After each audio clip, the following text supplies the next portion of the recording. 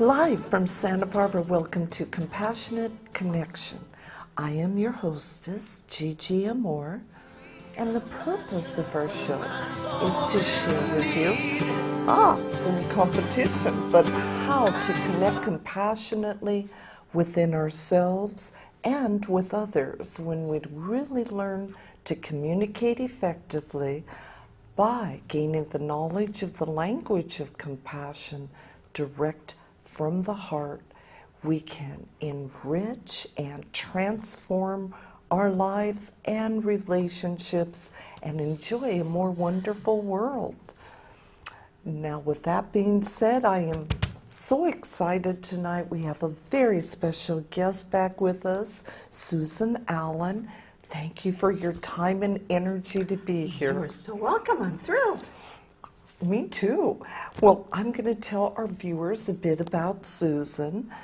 And also, I'd just like to keep you in suspense because we are going to be sharing how you can control grief on any level. So this is a huge one. Susan's got all the answers, and I'll tell you why. Susan Allan is the founder of Marriage Form and America's leading marriage and divorce coach. Susan is also the author of 3 books, including The Merry-Go-Round, and she is also certified mediator and certified in Herman brain dominance, which is used by 90% of the Fortune companies. Also, her 6-part conversation allows us to create peaceful and cooperative conversations so that all relationships can be peaceful and cooperative. Susan has also been seen on Fox News and on hundreds of television and radio shows demonstrating the results that we can create when we transform the way we think, listen, speak, and act, and focus on solutions instead of on problems. And what a blessing, Susan also offers a complimentary 1-hour private telephone session so that everyone can transform their business, their families, and their life. Now, tonight, I'd just like to say in an opening, Susan, reflecting back, has taught us that the negative emotions, fear, anger, and sadness, can stop us from reaching our goals and really keep us stuck in pain. So tonight we are focusing on how to control grief, and which will, of course, then allow us to be functional, yay, and productive even in a crisis or an urgent situation. Oh, this is going to be so exciting, Susan. I'm sure everybody has experienced this, absolutely. And so we're going to try to, with your highly informative planning here, we are going to get through this. So get ready to pay attention because I have so many questions for Susan tonight. I can't wait to hear how she responds. Now, I know in our opening that we would like to describe what the real cause of grief is. You know, there are 2 kinds of grief. There's grief that's caused by an external trigger. Someone you love gets ill, someone you love dies, someone you love leaves you, you're fired, you have to move, any of that, right? Then there's the other kind of grief, which is biochemical.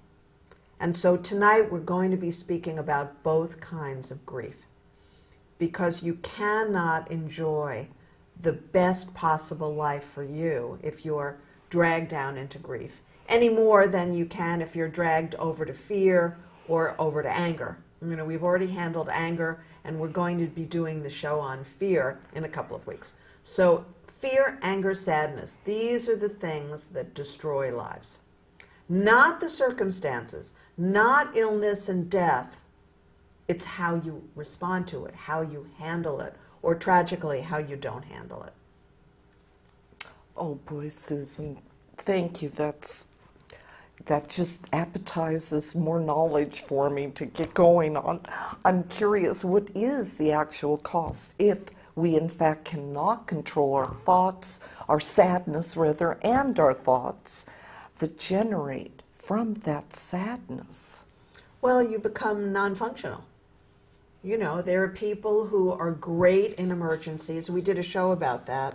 I think it was maybe last year or even the year before, that there's only about 20% of the population that's really competent in an emergency.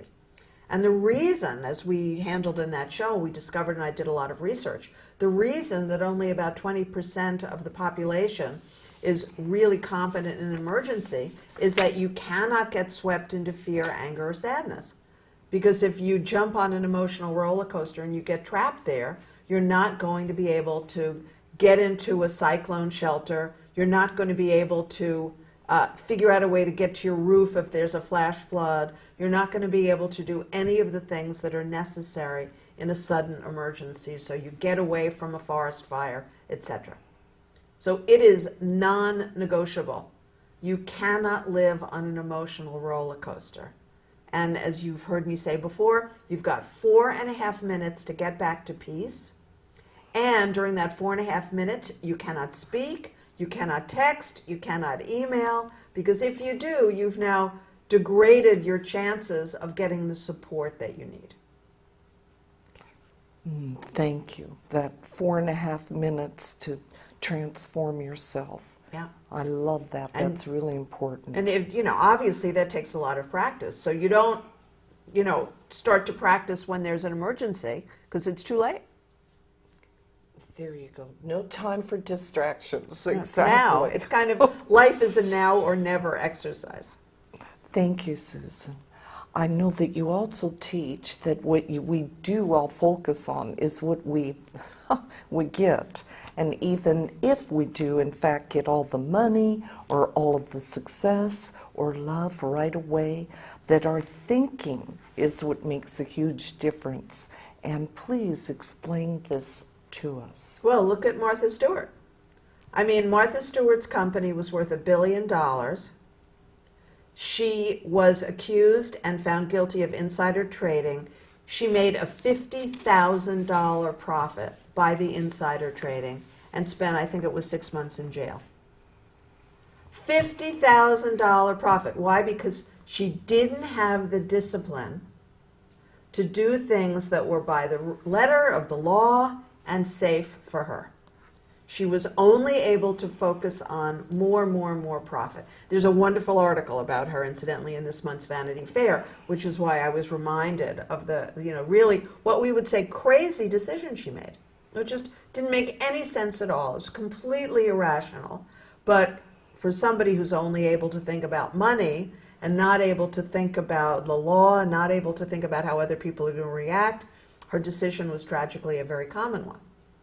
So you've got to be able to use your whole brain, and you can't have this, in her case, poverty mentality that I'll never have enough money, so I'm going to make crazy decisions.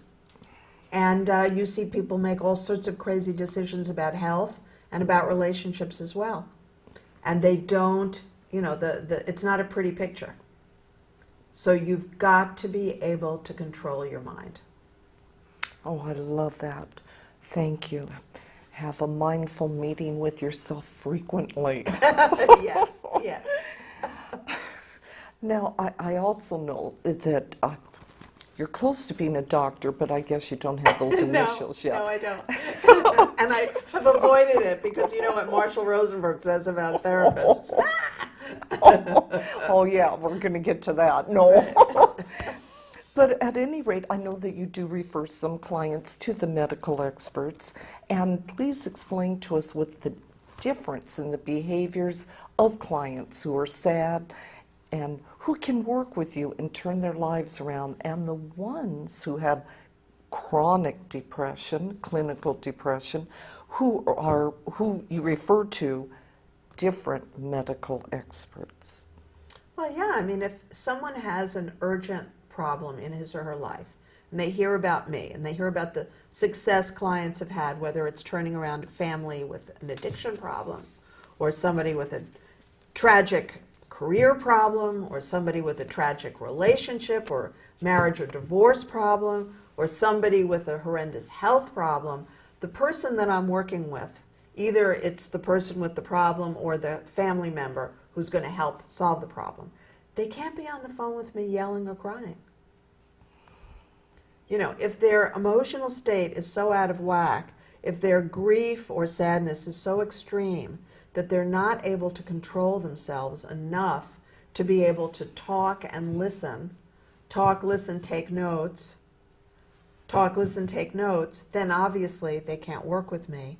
And so then I have to send them immediately, you know, either to the Chari Center or to Dr. Fitzgerald or to Mary, who owns O Vitamin Pro, or to a psychopharmacologist. You know, that's really the only way that they're going to be able to learn anything.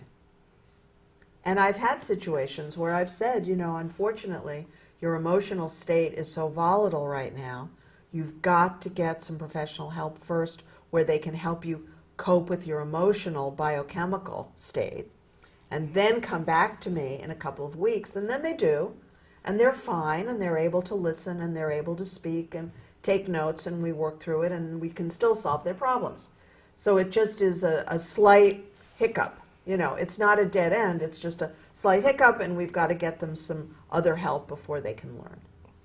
I like that. That's very realistic, and so there is hope for everyone, and that's part of the process if necessary. Absolutely. It's just very sad that one woman who couldn't stop crying, was wondering what to do about her marriage, did ultimately come back to work with me. Tragically, she spent so long between the first few sessions with me and then returning that she rushed and got a divorce in the interim. And ultimately, when she came back to me, she missed her husband. She acknowledged she'd made a terrible mistake. She deeply regretted that she hadn't listened to certain points I made. And then I had to help her get her husband back, which we did. And now, of course, she had been married for 10 years. Now she started again. So if she ended up wanting a second divorce, now the spousal support was down to almost nothing. Oh, boy. And because she didn't work with me to get the first divorce, Right. she gave away the farm, basically. She said, oh, I just want to get out, so you don't have to pay me any spousal support, which, of course, I would never have a client with that kind of an agreement. So she was non-functional emotionally and made a series of very dangerous decisions, tragic decisions. But that's the point of our show. We're saying if you cannot control your mind, if you cannot control, in this case, tonight's show, your grief, the odds are you're going to make very poor decisions. Any of us would, okay? Thank you for your support, and everybody, you know, just instead of acting out, really go to somebody that can kind of help you along the path. Yes. Thank you. Now, what is the difference between empathy and sadness? Must we feel sad about people's pain to have empathy? You better not. You know, the difference between empathy and sympathy is sympathy, I'm jumping into the pool with you and the shark, and we're both going to die. That's sympathy. It's not going to help me. It's certainly not going to help you. Don't do it. Empathy is when I can really imagine what you're feeling and needing. I can speak about what you're feeling and needing. You start to feel better. As you start to feel better, I reach down into the pool where the shark is, and I have enough presence of mind, and I pull you out. We both survive. That's what you have to learn. You have to learn to be able to do that. Thank you. Yes, absolutely. That's huge. Some people, you just couldn't have enough lifetimes to give them the empathy that they tend to want. That's right. And some people going through a tragedy may believe that they really need somebody to cry with them. And for a short period of time after a tragic loss or a tragic death, you can do that. You just have to understand that within a series of it, the longest 7 days, you need to shift from sympathy to empathy, because otherwise that person is likely to be trapped and stuck in that place of grief for years, which of course is a tragedy for them, an additional tragedy. Thank you, Susan. Very important. This question on forgiveness. How important is it to forgive, let's say, our parents in the process of transforming grief? Yeah, you know, so many of us have had situations in our childhood that we really deeply regret and wish hadn't happened, right? You know, that's a big part of the human experience. And by the time you're 20, something has happened to you in your childhood and your, teen years that you deeply regret. You wish you could just erase it. Now, the problem is, for most of us, it has something to do with our parents, one or both, or a family member. And if you're going to carry this, drag this through to your 30s and your 40s and your 50s and your 60s, what we now know about, the energetic field, the quantum field, is you're just repeating it and replicating it and magnetizing it to you. You know, if you have an experience of parents who are brutal or violent, then you tell yourself, oh, well, everybody's like that, and you don't forgive your parents. Of course, you're leaving yourself open to everybody's brutal, everybody's violent. And on it goes. So you must master the ability to forgive for your own sake, not for their sake. They don't deserve it, really. You have to do it for yourself. I love that. That's huge. Thank you, Susan. I know that so many people are stuck in grief because they haven't been able to manage the self-forgiveness. How do they forgive themselves? You know, it's first of all, you have to just decide that it is not an option to do anything but forgive yourself, because as you guys have heard me speak about people who had horrendous lives before they started working with me, devastating lives, drug addiction, incest, sexual abuse, violence, brutality, you name it. I've worked with people who have really, really suffered in ways that, thank God, I can't even fathom. But more for them than for anybody, they have to forgive themselves either for not knowing how to get out of it sooner.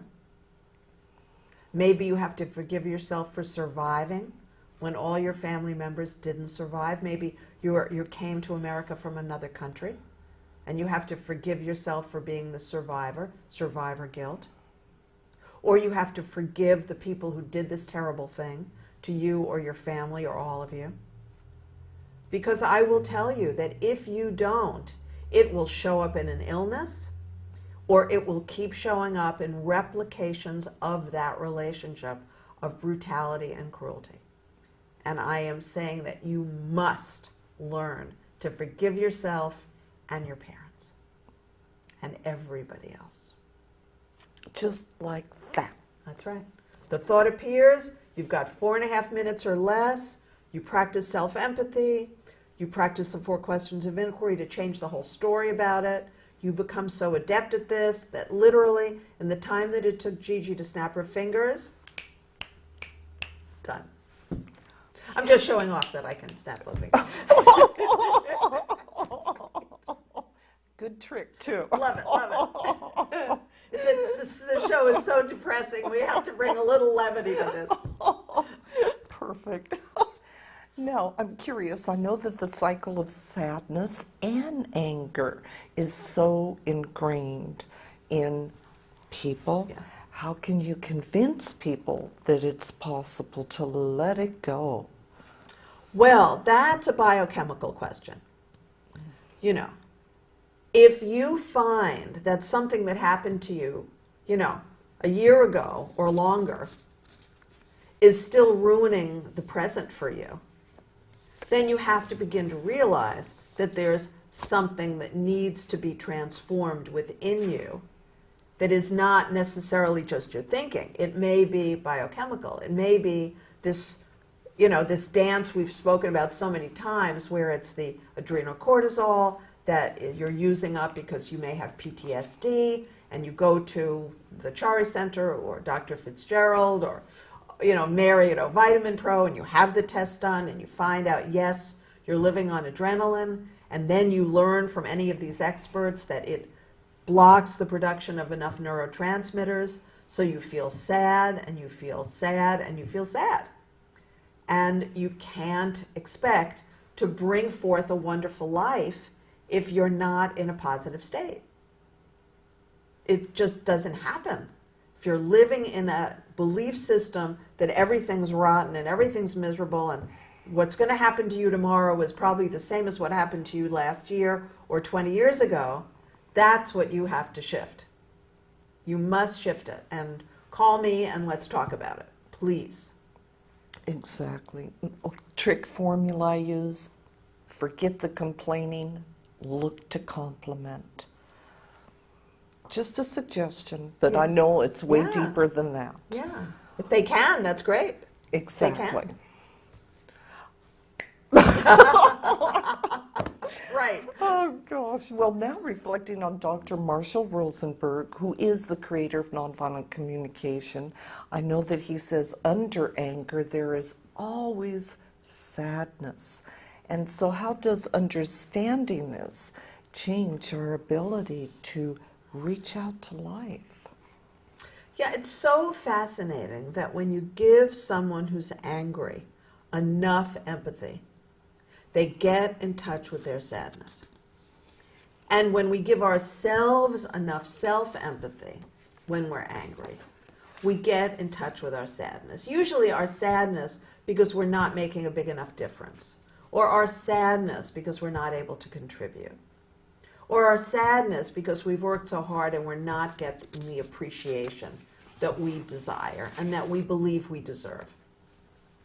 And so as soon as the person gets in touch with their sadness, now they begin to have an ability to turn something around and make something different happen. You're not going to be able to change anything if you're angry.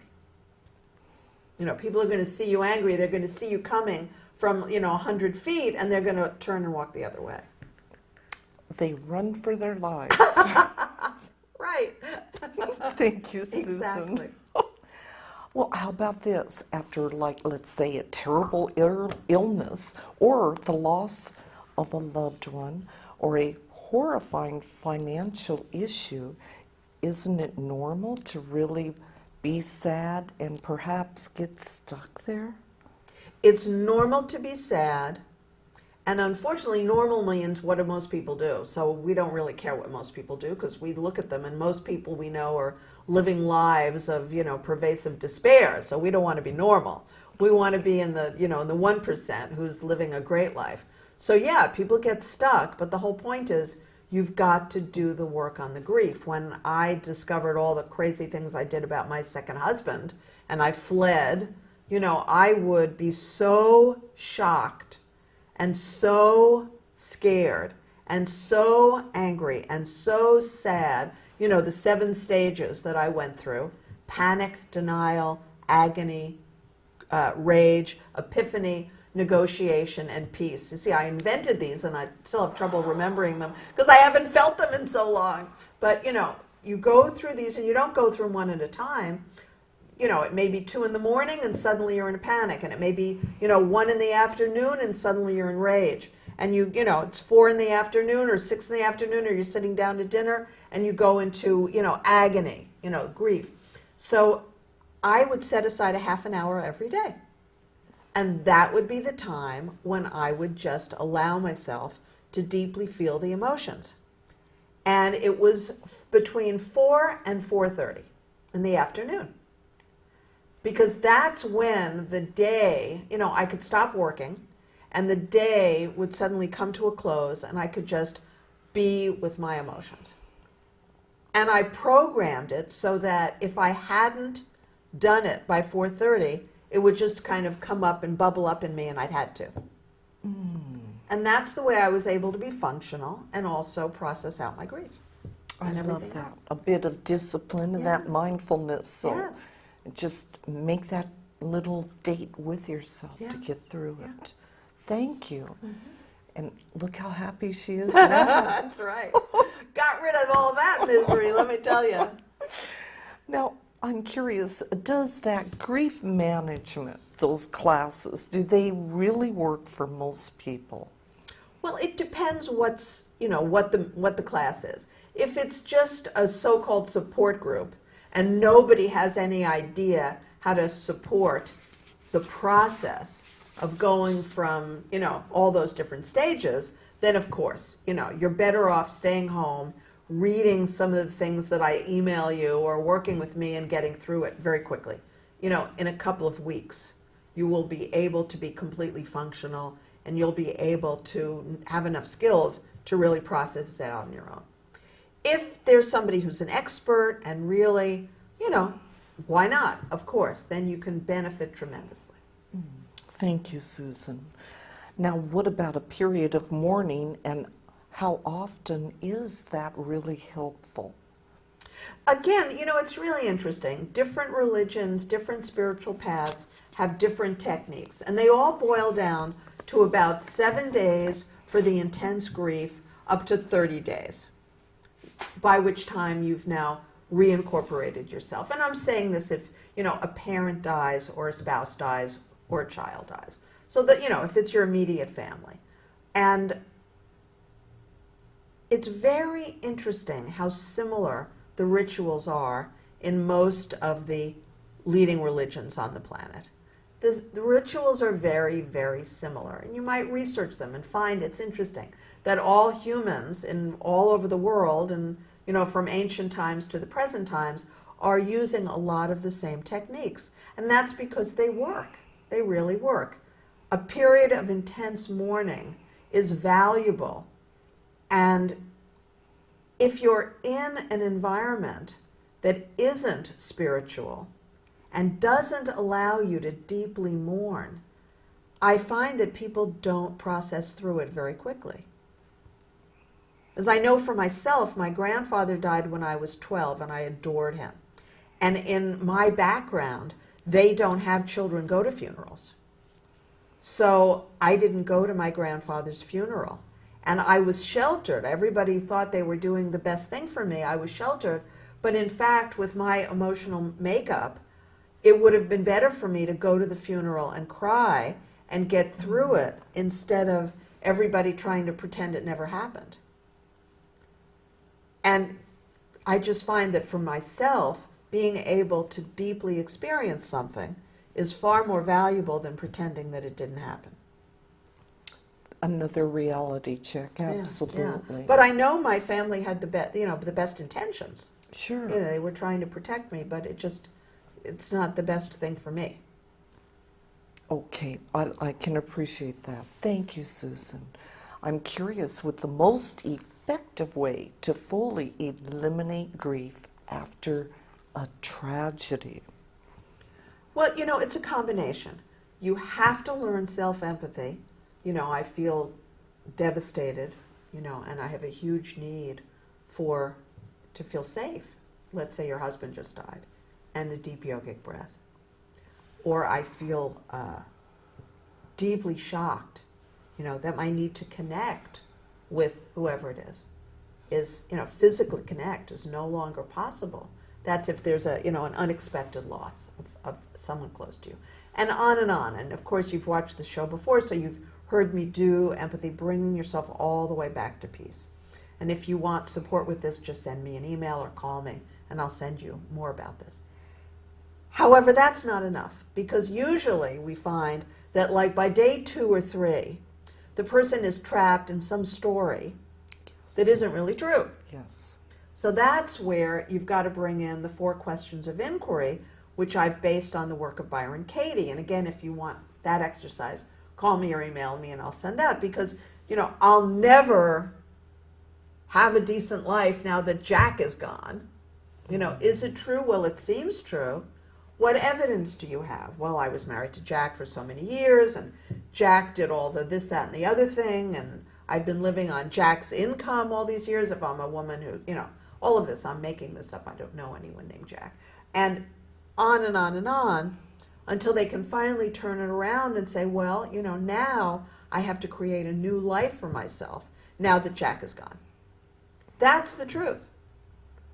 or as soon as I finish my mourning period, I will create a new life for myself. That's another turnaround. So you have to have a series of skills, as well as setting a time every day to mourn. These are all different components of the program, that I work on with people when they've had a really tragic loss. I love that. Instead of getting stuck in that broken record. Yeah, because Yeah. I've had people call me to work with me, and they are still grieving over a marriage that ended, one guy, a marriage that ended 30 years ago. And he was not ever able to turn the corner on it until I taught him self-empathy and the 4 questions of inquiry. And then he got it. He was like, okay, he was safe.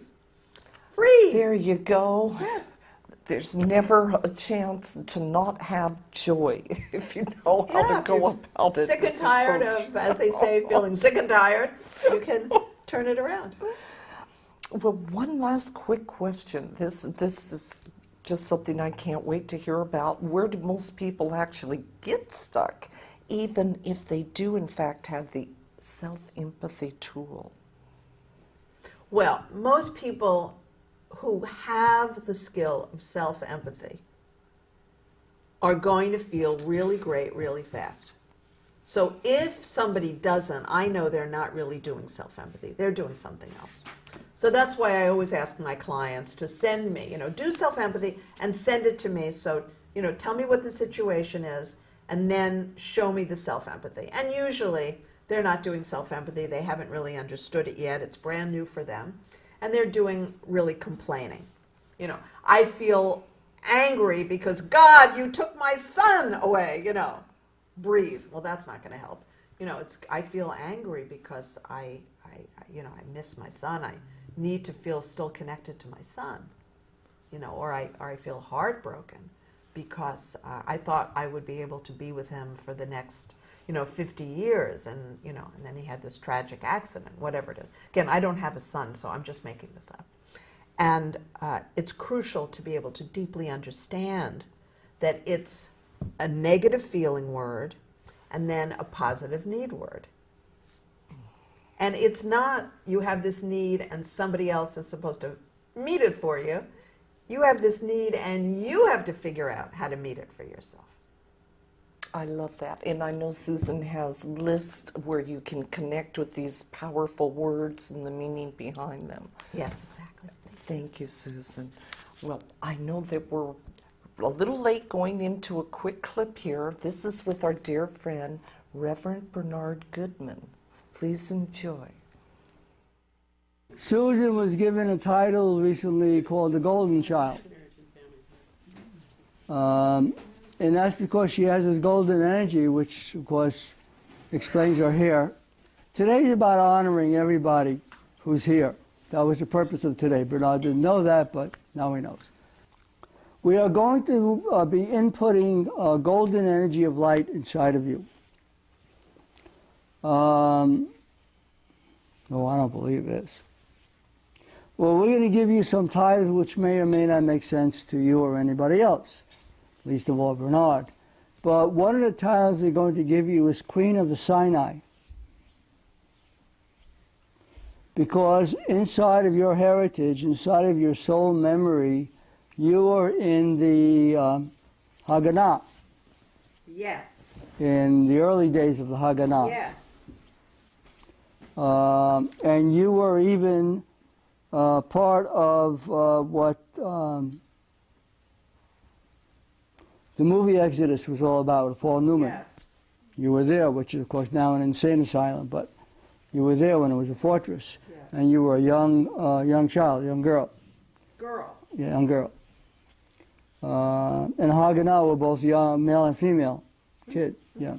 And you were taught back then by a master who was in the early days of the Mossad. Mm-hmm. Yes. And you were taught how to fight, how to kill. Yes. Different from this lifetime, of course. But that energy of strength is inside of you. That courage is still inside of you. So we're going to give you something that signifies both energy and power. And some of you may may agree with this or understand it. We're going to give you the golden dragon of light. The golden dragon of light, as we told you years ago without saying dragon, is the alchemy of God. Merlin was a golden dragon of light. Those of you who know anything about Merlin. So we're going to be giving you that alchemy at a higher echelon of use and ability. Now, of course, you're not in charge of this.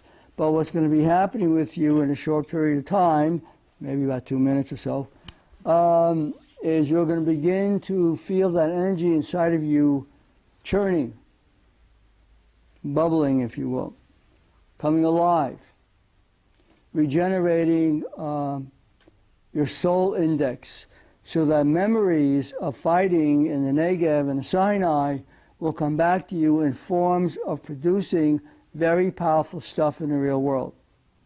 And we don't mean guns, we don't mean Uzis, we don't mean fighting. But what's going to come out of the energy, again, everything is energy, what's going to come out of the energy is, instead of the dragon breathing fire from his mouth, he is breathing golden energy from his mouth, which is power, which is alchemy. And so, we don't know if you ever saw the movie The Sorcerer's Apprentice. Of course. Right.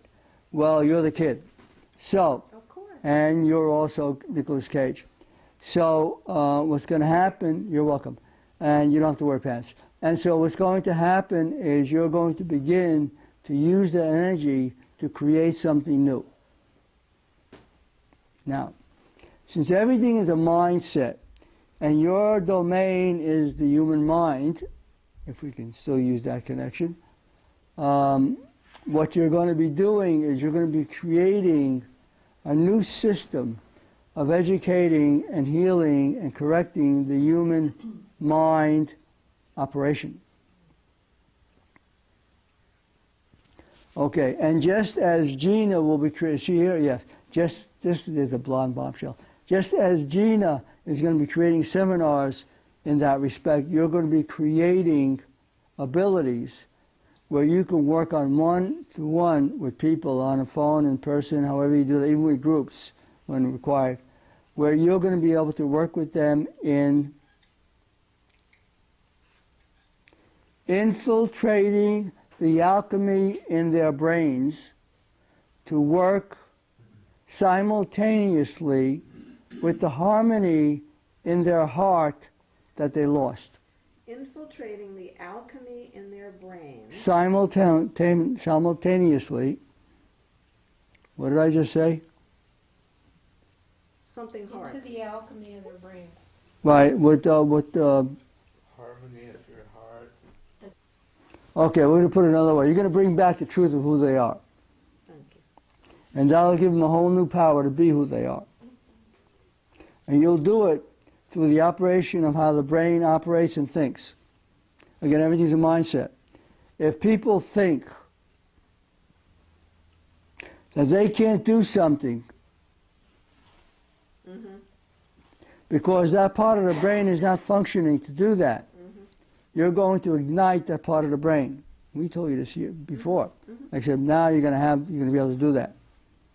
You're going to do it invisibly, silently.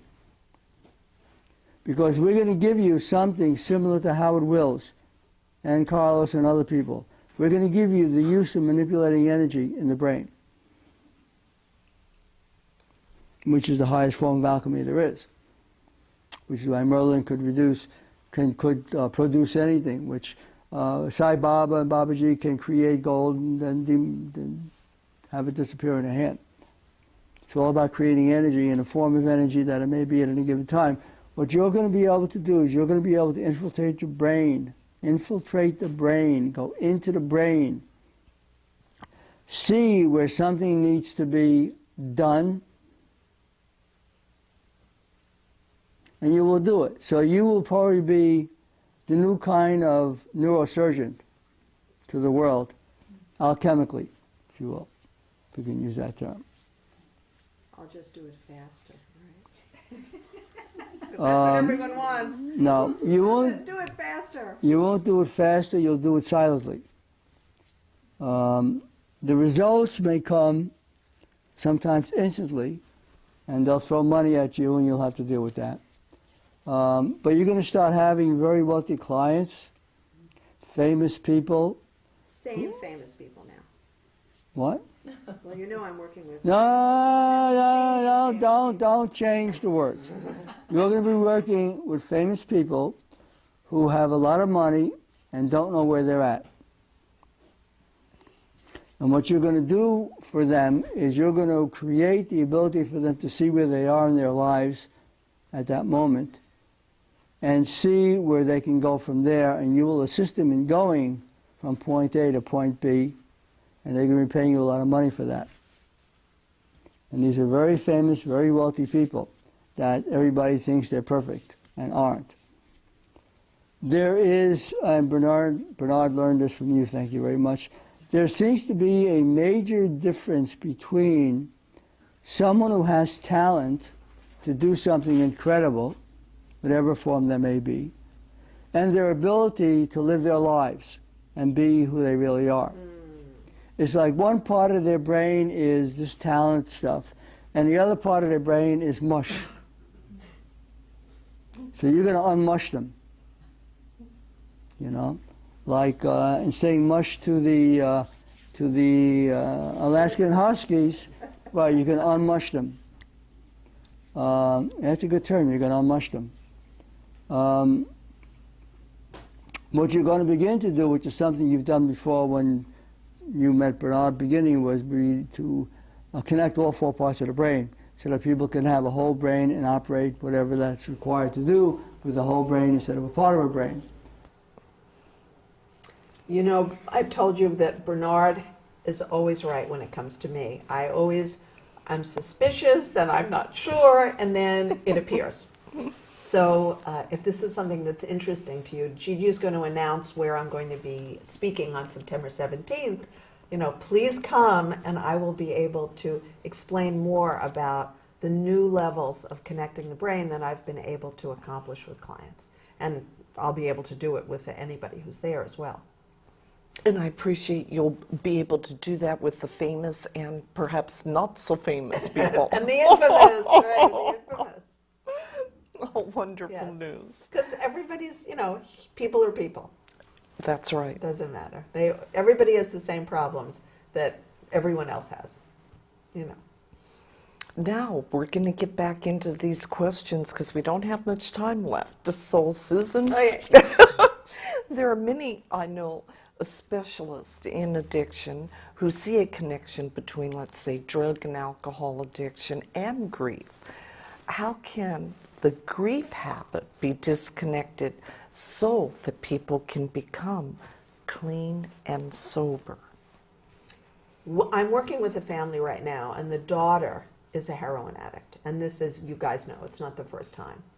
And when I work with family members, when there's a young person who's an addict, it is always about grief. It is always about needing unconditional love from the parents, from at least one parent. It is always self-esteem issues that need to be addressed from the parent down to the child, because of course the child is an addict and can't do it for his or herself. And as soon as that shift occurs, you've seen the shows that Gigi and I have individually and done together with Bowie, you know, and Arno. It always, in that moment when the child feels unconditional love, the addiction starts to disappear. Every time. Thank you, Susan. That's very clear and, of course, beyond hopeful. It's a fact. I love that. Now, the common denominator of self-destructive behaviors is, in fact, hopelessness, the greatest degree of the sadness and grief. And so, how can the parents work with their young children to eliminate this?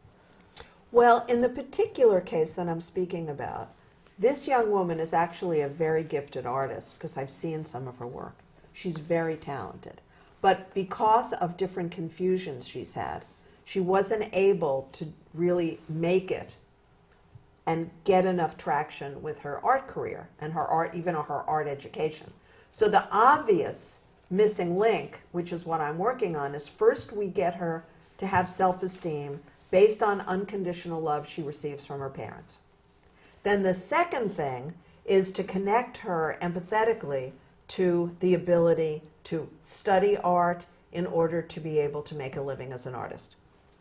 So first you forge one link to the chain, then another link to the chain, then another link to the chain, and ultimately you end up with a young woman who's clean and sober for the rest of her life, makes a living as an artist, loves what she does, and she can't believe that in 2013 she was actually an addict, as she looks back. There you go. What a transformation. Yes. And, you know, I'm in the process of this one, but I can tell you that every single family I've worked with a similar situation, that family member is clean and sober. It works. It just works. And it makes sense, too. Thank you. That is Thank something you. worth celebrating, Susan. Yeah. I'm very proud of you. Yes, thank you. Now, what about the parts? Does this play, the saliva, the urine testing, how in the diagnosing and treating some of your clients? Well, when someone is an addict and they feel hopeless and they don't understand why, they look at their mother, they look at their father, they're not addicts. They look at their grandparents, they are not addicts, and they are. It's essential to be able to give them something to hold on to that is a diagnostic fact, that even though their parents are not addicts, and in these cases, a parent may have some addiction, not in the case of the young woman I'm talking about today, but in other cases, you know, parents may have had some sort of an addictive issue, but they've resolved it. They're clean and sober, or whatever the problem is, it's been handled and disappeared. But if you can get this addict to take the saliva test, take the urine test, see what's happening with their adrenals, see what's happening with their neurotransmitters, you will find with every single addict, 100% of the addicts, you'll find that there's an imbalance right there. And when they look at it in black and white, you can support them in understanding that anyone with this imbalance would have a high probability of becoming an addict. We're going to work on the imbalance, we're going to solve the imbalance, and then the addiction will be so much easier to cure.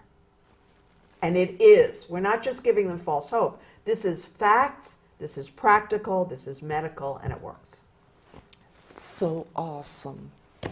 Good place to start. Thank you, Susan. I know of the thousands of clients who have suffered with extreme sadness, who have taken the test. What percentage of them have found to need the organic supplements? 100%. Now, please understand, I don't have all my clients do this. So the really important issue is here. Of the clients and clients' family members who, based on their description of their problems in life, I recommended that they take the test, of that percentage, which is maybe 50%, maybe 40% of the clients, every single one of them was found to have either an adrenal imbalance and or a neurotransmitter imbalance. Pretty amazing, right? But it isn't, because that's the cause of extreme fear, extreme anger, and or extreme sadness. And we know that every single addict is a dual diagnosis case. They have addiction and they have a biochemical imbalance. We now know this, every single one. Thank you. It really helps with the understanding of Yes. what's going on. It's so beautiful because now you know this is the cause, that's the effect, and you can turn it around. Yes. Well, my last and final question Okay. tonight that I have time for, Okay. of those people who were shown to need the supplements, what percentage found that the supplements made a really big difference in their ability to feel hopeful and positive? 100% of the people who order the supplements and take the supplements every single day as prescribed feel so much better you would not believe it. And the exception proves the rule. So I spoke to a woman a year later who last year was diagnosed as needing to have more adrenal support and more neurotransmitter support. And I was asked to work with her again. And I will tell you that I discovered in a session that there was something very off with her. She was not as teary as she was a year ago, but she was very angry and very worried and not quite hopeless, but very, very sad. And I finessed for information and I discovered that no, she doesn't take the supplements anymore. She says she can't afford them, and I'm telling you what I told her. She can't afford not to take them. Because in order to do a good job, in order to be highly functional, we have to feel hopeful and positive, and we have to be able to move towards our goals.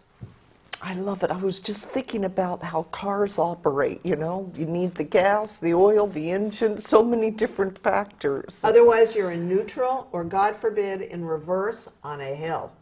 Yes. You don't want that. So if you don't want to live in sadness, we've given you so many tools. I know. Isn't it exciting? I mean, for everybody to have the opportunity to really be in that peaceful, joyful place where they can be fully productive Exactly. and the best that they can possibly be. Exactly. Thank you. You got it.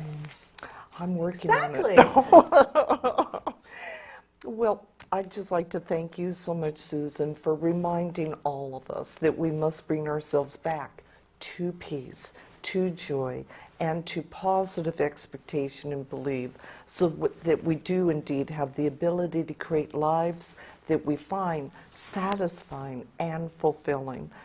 And of course, Susan has explained transforming sadness today. And a few weeks ago, she helped us understand transforming anger. Transforming fear is coming up in just a couple of weeks. That's another one. Well, I know about praying for courage, so I Don't have we? a lot to learn. Thank you, Don't we? Susan. That's awesome. What an informative show once again. How special I'm to so have you glad. back with us. And Thank you I so would like to much. recommend that people would give her the opportunity to share with you for that 1 hour free conversation, because it would be worthwhile. She's not going to run you around the same mountain. And that's awesome. Thank you. Thank you, dear. Now, a few little announcements this evening. The Compassionate Communication Show here, rather Connection Show, about communicating compassionately, I want to add. We're live every Tuesday night from 8 till 9, and throughout the week several times. So you can check out the schedule, usually Thursdays at 3 in the afternoon, Saturday morning at 8 a.m., and other surprising times. We are now very close into our 9th year, and we certainly appreciate your enjoyment and your comments of how informative the show is. That is the intent behind it, to have a happier, more wonderful world for all of us.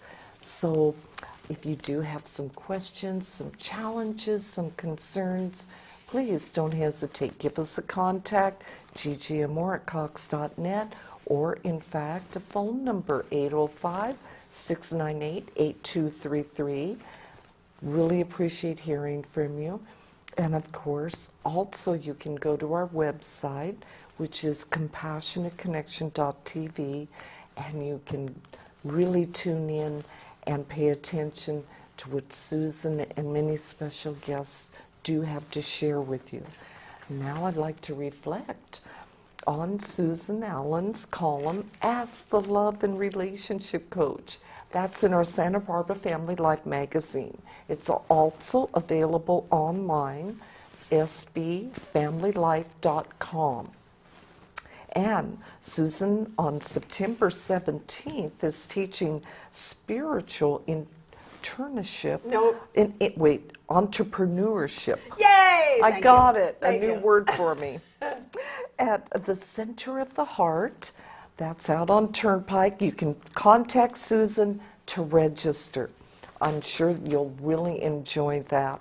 And we have Howard Wells, who is returning to California. Will be offering programs in Ojai, September 21st to the 23rd. And the Clarity, Mirabai Devi, thank you. my pleasure. He will be returning as well to California and offering programs the week after in September 26th to October 1st. Those two masters, they would really be worthwhile to check into. And they can call me for information. That's for sure. it. Thank you. That's Susan at susanallen.org or her phone number 805-695-8405. So for the hour, for information, there you go. You've got the contact. Now, I'd like to reflect next week. Our guest will be Dr. Robert Mathis. We're going to be exploring the health of our mouths. Not so much the words, but the health. Now, I'm grateful now to reflect also on a show person that contributes to our show, Dr. Mark Dreblow. Also a sponsor, Lucia Salon. We love you, Lucy. And right here in our studio, Mark, Matt, JP, Oscar, we're in such gratitude for your help, your support throughout the years. And our personal TV team. Yes, Fred Winter, our director. We love you, Fred. Thank you for helping us through all these shows. And Tyler Geck on audio. You guys are awesome. Thank you for always contributing. And for our audience, we do in fact wish you permanent, continuous, countless, and inescapable moments of compassionately connecting. Thank you for viewing. See you next week. Good night.